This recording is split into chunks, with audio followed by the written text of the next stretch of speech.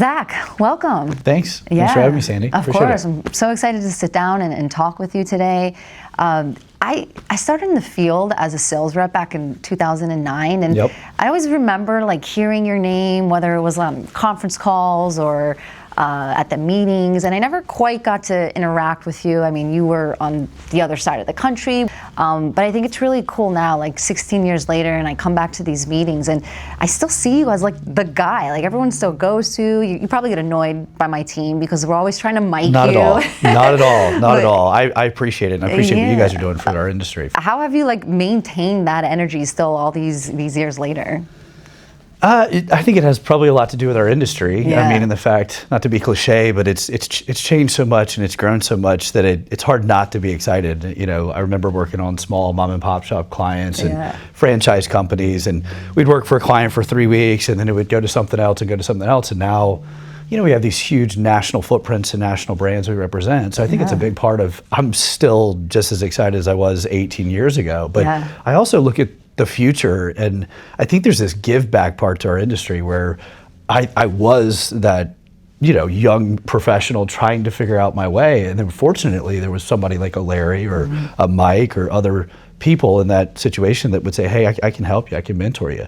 So I think there's the give back part where I go, man, I was that guy, or I was just like that gal, and I get so excited when you see them light up and you see them go, hey, I can actually be the future of this industry as well. So I think it's a lot of how far we've come as an industry. I think how big the clients are that excites me so much, where I go, oh my gosh, every single year I say we're at the tip of the iceberg. We just stay at the tip. The iceberg just seems to get bigger. And then I know there's a part where I look and say, I owe it to these guys and gals because somebody did the same for me. I see that. It's a very contagious energy, which is awesome. I'd love to kind of take us back to the early days in the beginning. I mean, how did you even get involved in our industry? Like, how did you start in all of this? I'll try to keep it short, but I come from a medical and educational background, not me personally, but my family. So my grandparents were professors at the University of North Carolina.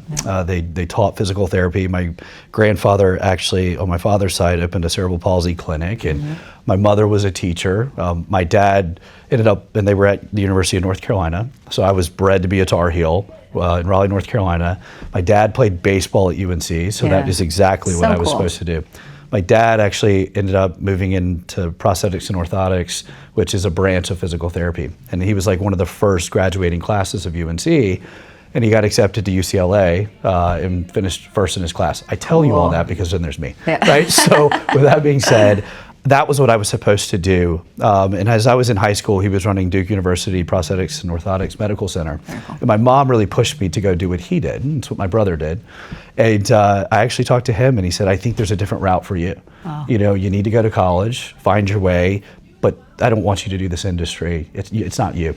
So I said, okay. So like a typical person, I went to Florida State University, so I was kind of rebellious. I had a preferred walk-on letter for baseball, never played. Went to go into business school because it was a broad major. Had no idea what I wanted to do, which is pretty typical, I think, for a lot of college kids these days. And had a really good time. I don't know if you know much about Florida State, but it's like Disney World for an 18-year-old. So the reality was I didn't get into business school and pivoted. My advisor, who advises you on what classes to take, said you should do economics. So I did economics. I went to college from 2002 to 2006. So the housing boom happened. So everybody and their brother was getting involved with the real estate. I had a buddy that was years older than me. He said, hey, follow me. We've got a tap into real estate. It's going to be unbelievable in Florida, yada, yada, yada. So I minored in real estate, said, this is my path. Told everybody that's what I wanted to do. Well, in 06, the market crashed, and then by 08, there was the housing market crisis, the worst recession since the Great Depression. So I had to pivot and drove 16 hours back with my father, kind of feeling like a failure. And he said, everything's fine. Back then, when you left the nest and you went back, it was a sign of failure. Now it's, I think, more socially acceptable. So I had no idea what I wanted to do. 2 people in my life said, hey, I think that you should try marketing. You should try sales. You, unfortunately, don't have much on your resume. And that's what brought me here. It was nothing more than a leapfrog job. It was, I need to just start here. They said that I can get sales experience. They said it'll build my resume. When I got online, and Career Builder back then was the Indeed of today, that's all I looked for. So fortunately, because of this industry, I've only had one interview my whole life, but that's what brought me here today. It went from a resume build by chance because I didn't know what I wanted to do, like a typical Walsh College graduate, and it turned into something more than I ever thought. Yeah, and so you answered an ad for another ICD owner, and was it door-to-door sales, business to business? Yeah, in the interview, they showed me, they knew I liked sports. Yeah. So I actually saw an Atlanta Braves certificate or VIP card, which was, BOGOs, buy one, get one tickets. And I mean, the Atlanta Braves, that was my team. So I said, wow, I definitely want to listen to more. And come to find out, that was a bigger client that office was working with out of Atlanta, Georgia. I started going door to door, home to home, and we would offer promotions to people for a local restaurant up the street, a local golf course, any business that just needed foot traffic. Wow. And so, I mean, was that difficult for you at first? I mean, you seem extremely. There's the funny story. I think I fake rang a doorbell my first door because I was intimidated. Like, I'm not one. My wife, on the other hand, can walk into a room and light it up. Like, I'm not one in a comfort zone situation to just make friends with anybody. Like, I'm not one to go up to anybody. So, I was terrified. The fact that I'm going to ring a doorbell of a stranger's home, knowing that they don't know I'm coming, don't know why I'm there, and I'm supposed to engage with them and have a conversation about a client. So, it was terrifying. Yeah. So how long did it take for you to pick up the sales or to realize, like, okay, it's not that bad? Well, the office was really good because they put me on a certificate that actually was amazing and everybody kind of wanted. So they put me on the easy campaign, but they told me it was the hardest campaign, and they did it, and that was genius because it built my confidence. I made a sale actually my first day. It was pretty exhilarating. My trainer had to help me, and coming from a medical background, we were very anti-sales. Like, my father didn't. Salesmen were looked at and viewed differently, especially in the educational side of things as well. So I already had like a notion in my head that I don't know if I'm going to be good at this or if this is what I should be doing. So even getting past that comfort zone was tough. But fortunately, I made my first sale, I think, that day. I did much better later in the day. And from there on out, it was like, wow, this is great. Yeah, I remember that feeling, the first sale. It's like, wow, I can really do this. A feat in itself. I could tell you what the person looked like. Still today, 18 years later. I wonder what he's up to now. It was such an impactful moment for me. That's awesome. And so how long did it take you from learning the sales to learning how to build a team to then opening up your own company and starting your own business? It took me 6 months. 6 months, incredible. What were some of the earlier challenges as a fresh business owner, first-time business owner? For me, I think sinking a lot of time, effort, and energy into somebody and then it not working out, knowing that they're as talented, if not more talented than you, and unfortunately they, just wasn't a good fit, or maybe I screwed up. I think that was the biggest challenge for me, is training somebody and it not working out. I felt like either I failed them or they just totally didn't understand. And I typically look at our industry and say, if you break it down from a simplistic standpoint, you can go into 3 different categories of, there's the sales and marketing, which is the field work, interviewing and talent scouting and finding, like-minded individuals, and then training those individuals and retraining them. And I always find that typically in our industry, because of who you are, how you were raised, your background, you're typically just naturally good at one of those. And then you're okay at one of those, and then you're not so good at one of those. And the sales I wasn't amazing at, I was okay at, and that took a lot of work to get better at. The interviewing I fell in love with. Talent scouting and finding like-minded people to work with, that was great. I really struggled with the training, figuring out how to get somebody to do what I did. And at the end of the day, it was hard for me to admit it was all my fault. I always say I wish I could push the rewind button on that and retrain them now that I'm maybe a little bit better at this. But that was the tough part, is to get somebody to understand what we did and follow my lead, and then them do as well. The training part was tough. How did you develop your sales ability to be able to then turn around and obviously teach other people to do well? I think just being systematic. I had to be process oriented. I think whatever your natural ability is, typically in a leadership role later as you scale will be your demise, because you just don't have the empathy with others on how to, the struggles that they go through. So although training was really tough for me, once I figured it out and cracked the code, wow, we exploded. It was easy then to translate, hey, this is how to do it. So same thing for sales. It was repetition. Fortunately, having a sports background, being a baseball player, we start hitting off a tee. I mean, that's the first thing you do in T-ball. But you start with T-ball and then you move on up to pitching and whatever else. So I looked at it the same way, as I just had to stay at it. And, I also had to have no pride and ego, and that was tough. In sports, you typically don't ask another athlete what's working for them, or Yes. how did you get so good, or why are you faster than me? You don't. It's, it's too much pride. Yeah. And I found in this, you got to drop that as fast as you can and find the people that are better than you and literally just surround yourself with them. Yeah. I think that's what's so cool about our industry is people are always so willing to give the advice and share the resources and what's working for them. I mean, I look at you, you've been in our industry now for, 20 some years, something like that.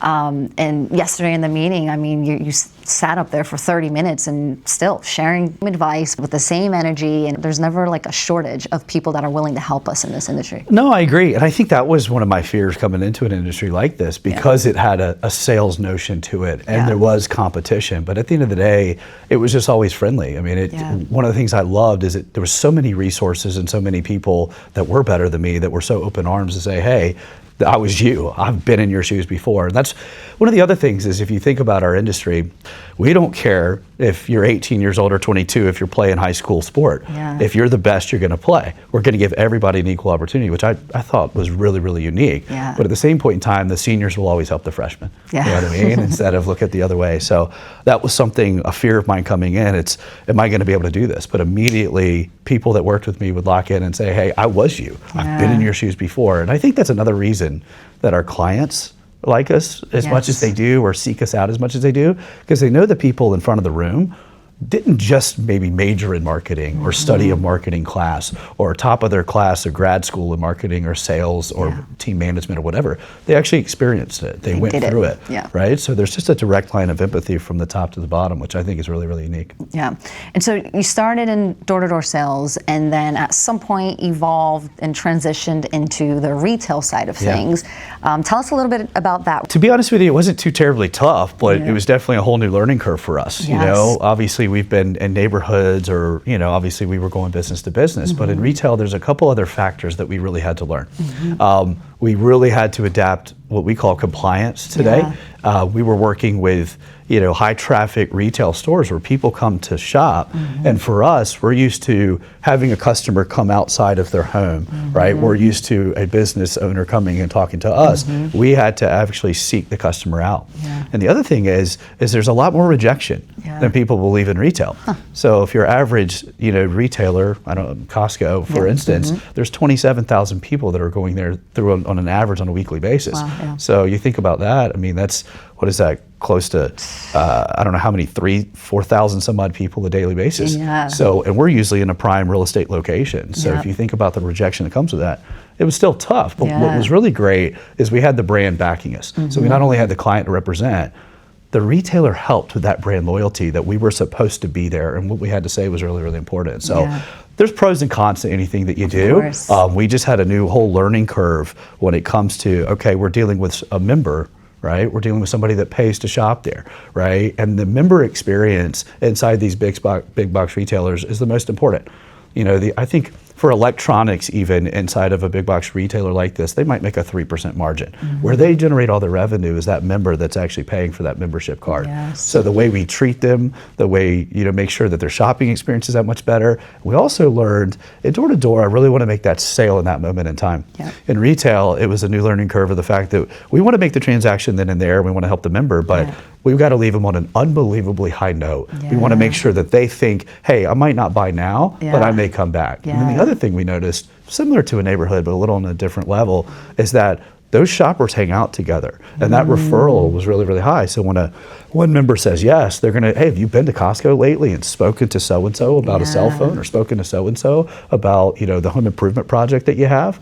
So I think that learning curve was definitely different for us. I also know that the consumer offer that we're able to offer these members are really sort of top-notch compared to anywhere else that they could get it. And that's such an advantage for us. Because at the end of the day, these retailers, it's all about value to them, right? So to have that customer come back on a regular basis, and to have that third party or have that vendor or have us and they're representing that client, they want to make sure you can't get this value anywhere else, right? And if you just think about like a Costco, they have like three things they really focus on. And number one is they focus on taking care of their employees. Number two is the member experience, so taking care of the members. And number three is value. So what's really great for us is we get to leverage the retailer and the fact that the retailer is going to make sure that promotion we have is by far far the best. Yeah, and so all these advantages are wonderful, but does that mean every ICD owner is now going to be successful because we have this big box retailer name and these consumer offers? No, unfortunately not. Yeah. And that I wish, but maybe a guy like me that isn't so smart wouldn't have been successful, right? So unfortunately not. There's no guarantee, but I think that's anything. Yeah. I think stability is a very relative word to the way you view it. Yeah. You know what I mean? So you could look at the tech industry and the fact that they laid off hundreds and hundreds of thousands of people, and it wasn't because they probably weren't hard workers. It wasn't because they didn't have a great mentality. So I don't think our industry is any different there, right? At the end of the day, people come in, what we do is tough. Yeah. It's hard. There's rejection involved. You're going to have people that have the entrepreneurial spirit, and they're going to want to put in extra hours. Yeah. And it's just like the person that's going to study more than the average person, or the athlete that's going to spend more time in the gym. There's going to be a separating factor. Yeah. And we're performance-based. So if that's the case, you're going to find people that are going to chase as hard as they can to have the best performance. So just because the promotion is great, just because the clients are there, doesn't mean everybody's going to be successful, unfortunately. Yeah. And not everyone loves the performance-based aspect of it. Some people do, some people don't. Obviously, if you want to make a lot of money, you work hard and you're really sort of in control of that. But if you don't, then you're not. So how do you get someone to change their mindset to understand the optimistic viewpoint of a performance-based position? Yeah. I've said this a number of times that I personally have felt in my 18 years, the hardest thing that I ever did was the field work, was the sales, was the marketing, was the face-to-face, was the rejection. So I don't think that our model is right and another business model is wrong. But one of the things that I really did enjoy is that we're front-end loaded, meaning the hard work is definitely on the front, right? And on the back. So I don't know, I'm probably pretty typical these days, but I'm 40 years old with 3 children and happily married. My buddies are on the grind. When I ask them, hey, can you go do this or can you do that? The freedom aspect of their lifestyle is just not there. They're trying to fight for a promotion. They're traveling more days now because they're really on the grind part of their career if the average person retires from 68 to 72. So in the early part of my career was the hardest part. And although it was performance-based, I kind of look now and say the hardest thing that I ever did was just that first year. Those first parts of the field of marketing. So how you get people to understand it is to know that we're a very front-end loaded industry and others are different. And it's time now, time later, all the other entrepreneurial thoughts that you could have with it. So I try to get people to understand that what you're doing now will be the toughest, the most emotional, right? It'll literally rip and tear, at you. But it's just like being in the gym, the ripping and the tearing, if you think about the results that come later, made sense to me. So I liked the front end loaded part of it. And that's just what I try to make sure that people understand, that you're supposed to go through the tough times. And it's probably not a very good analogy to make because I think Navy SEALs are unbelievable, humans. But if you think about what they go through, it makes sense why they're the greatest soldiers on the planet, right? They literally take people with the strongest mentality and they break them down to their core, right? And then they bring them back and build them back. So they have no fear on the battlefield. So I looked at business the same way, as if I can get people to understand there's a method to the madness of the field. There's a reason that you sometimes think about quitting, or there's a reason that, the rejection is there. I think it just depends on your perspective and how you look at time, but I just try to get the individuals I work with to look at it like I was taught. Is you're spending a lot of time now, but you'll have the freedom later, but that's not always a guarantee either. And I think it's interesting because I remember when I was an ICD owner, I used to always tell my team, like, what we do is really not that hard. It's just talking to people, right? And learning how to deal with that rejection. What is hard is doing it every day. What is hard is doing it every day long enough to create momentum for yourself and for your team to really build that sort of thing on the back end that's going to sustain you. So what is it, from your perspective, about the field that does make it hard? Like what are some of the negatives and challenges that field representatives are dealing with on a daily basis that makes somebody want to quit? I think you kind of said it earlier, though. I think if you find anybody that's pinnacle in any industry, whether it be, acting in Hollywood, whether it be music, whether it be, the greatest of athletes or anybody, they understand how to be obsessed with monotony. So they really kind of understand that I'm going to rep this. And I'm not excited about necessarily the process. I'm excited about the result that it'll give. So if you think about a child prodigy, they try to figure out, is it like nature, nurture? Typically, it's a child that takes a liking to something, and there is an influence for them to continue to do it. And then because they actually do it for a long period of time, they end up becoming good at it. Yeah. So when you become good at it, you typically like it, right? And that's, I think, where if you think about Tiger Woods, why was he so good at the peak of his game at golf? Well, he was a child swinging. Yeah. So the average kid probably doesn't pick up a golf club till 7, 8, 9, 10. So I looked at the field the same way, and I think that's hard for people, right? I think in modern day society, quit is encouraged, right? And for me, I think that's what happens to a lot of people is I have to wake up another day to go into the field, knowing that I'm probably going to get way more rejection than I am acceptance, right? Knowing that I'm going to work with people that might not work out, knowing I'm going to manage a team of people that I'm now not just dealing with my own negatives, I'm going to have to deal with other people's negatives, which if you understand true leadership, that's a good thing. It's interesting what learning how to deal with rejection can do to really build up your character. And I think that's what I fell in love with in the field when I got that first sale, and I was super excited. And then a week later, I'm taking no's left and right. And you kind of get this sort of empowering feeling like, oh, I can really do anything because rejection doesn't mean anything to me anymore. Right.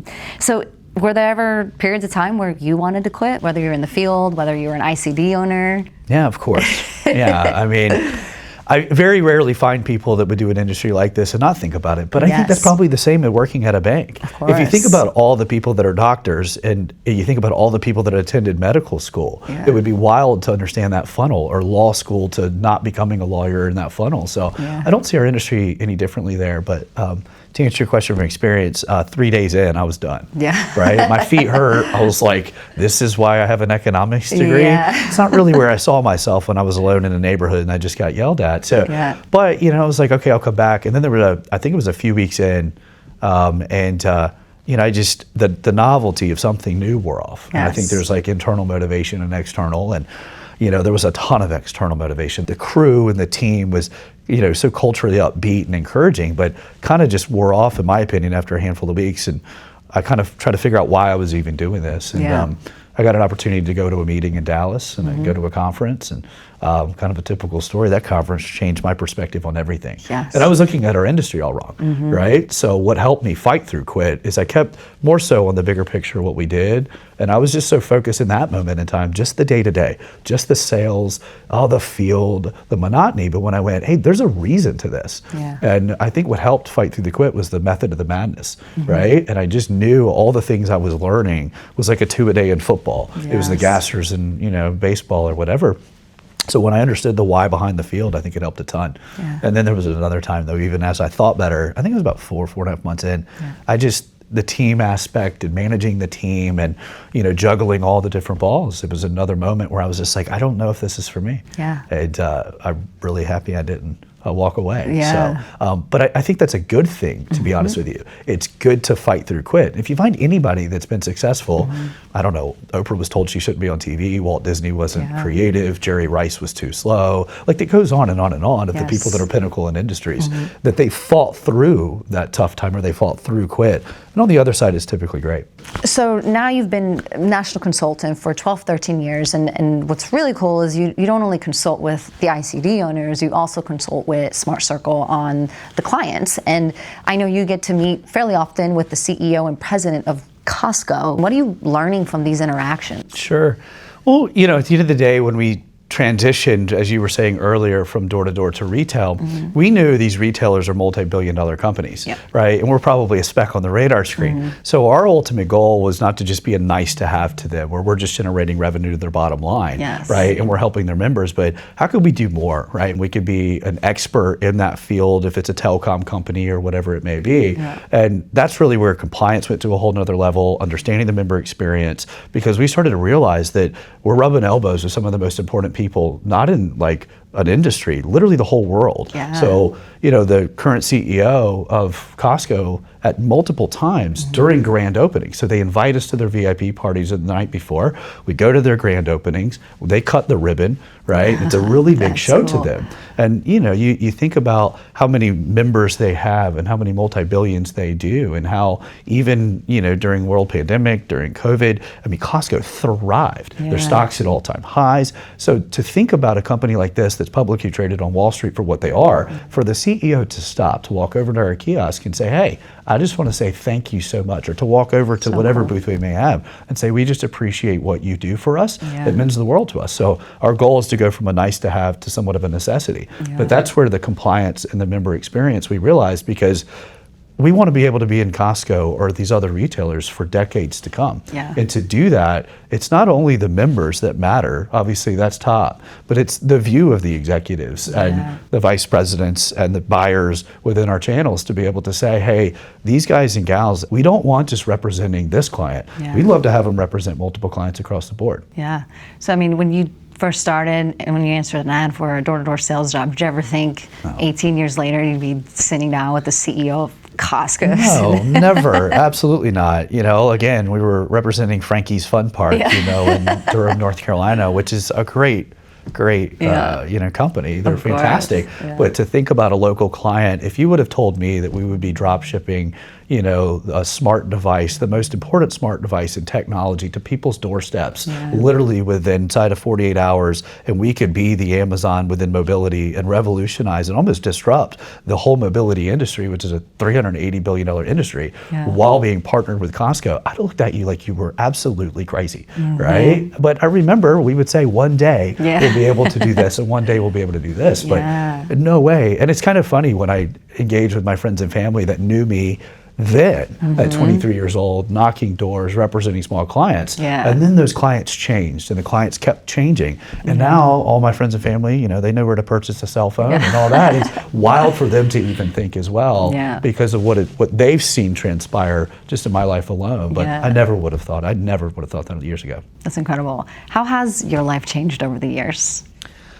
A ton, you know, I guess, you know, it's pretty wild. I got 3 kids now and, you know, happily married. I get to travel all the time and, you know, the typical materialistic stuff that I don't really feel comfortable talking about, but, you know, the multiple houses and all that fun stuff. It's been wild, you know, the freedom. I'm typically one of the only dads, you know, that is able to be engaged, you know, with whether it be choir practice or gymnastics or whether it be a sport. It's definitely given, you know, my wife and I, we never talk about finances. And, we've had the freedom to, like I said, travel to places that we never thought possible. So it's definitely changed a lot, you know, because of this industry. And so I guess you're really like the perfect person for someone who has a family to talk to, because like you said earlier, it's so front loaded on the front end. How does someone really sort of manage their life and work balance when they're starting their own company and they really have to put in that time up front, but they have a family or they have a wife or a girlfriend, boyfriend? Like what do you say to someone that's trying to manage all that? It's a real thing, you know. I guess the modern day term is work-life balance. You know, I'm fortunate I came from a hardworking family, and I'm fortunate that I was an athlete, because you're gonna be imbalanced. So while I had buddies that were out doing what they wanted to do, I might have been at practice. So that was kind of instilled into me early on. And if you want to be good at something, great at something, in the beginning, you've got to be in balance to a certain extent, and the balance will change over a period of time. And I knew that. It's, for instance, I have a 7-year-old daughter. 7 years ago, totally imbalanced being a father, right? Now by my 3rd, it's much easier, right? It's easier to understand. So at that moment, she wasn't sleeping and it was a lot, and I wanted to be a great father and a great husband. I was in balance at that moment in time. But I understood that because I was raising a child. I looked at, you know, business the same way in this industry, where this is my new career and I really want to make it great, and there's other great people in it, and for me to separate myself from them, I'm gonna have to be a little bit imbalanced. The other thing is, there's 168 hours in a week, right? There's 24 hours in a day, that's 7 days a week. So when you start breaking it down, I think we're more distracted than we think. So a lot of times we say, I don't feel like I have enough time. But that's not because of an industry, right? That's typically because of the time management that you lack. So if you sleep 49 hours and you actually work 60, say you work 40 here, but I don't know, you work 20 doing something else, some personal development, you still have 59 hours of free time. So my question is always, if you feel that way, how can we make you better with the 59? So one of the things that I had to realize is, maybe I'm distracted, or maybe I should cut something out now that I'm a professional in an industry, right? It's, what do you do with the 59 that matters the most? And a lot of times that's just managing your time. So we actually probably have more time than we actually think, and that's where we're imbalanced a lot of times. So one of the pieces of advice I've always given is just be present. Yeah. You know, be where your feet are.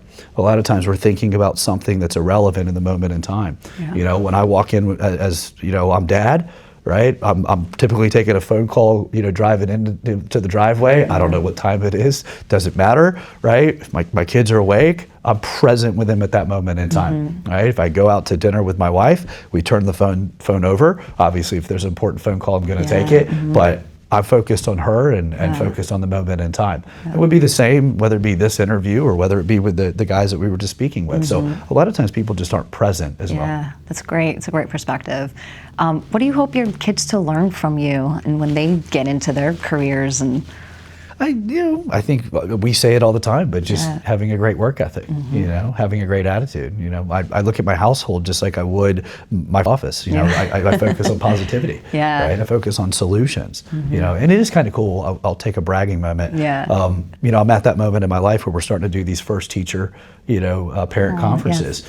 And I always was freaked out about those because I'm like, oh my gosh, you know, how great are the kids going to be? And I wholeheartedly, because of this industry, flying colors. You know, how are your kids so well behaved? Why are they positive? Why do they help? You know, and then now my kids are starting to do sports, which I want them to do whatever they want to do. So I'll expose them to as much as I possibly can and see how it goes. And it's pretty wild to see how the coaches are like, how do you get them to be such good listeners? That's wonderful, Zach. So lastly, what impact do you hope your work and your leadership to leave on the next generation of ICD owners and consultants that are, you know, following your lead? Sure. Sandy, I think it's simple. I don't think it's anything different than what was left for me.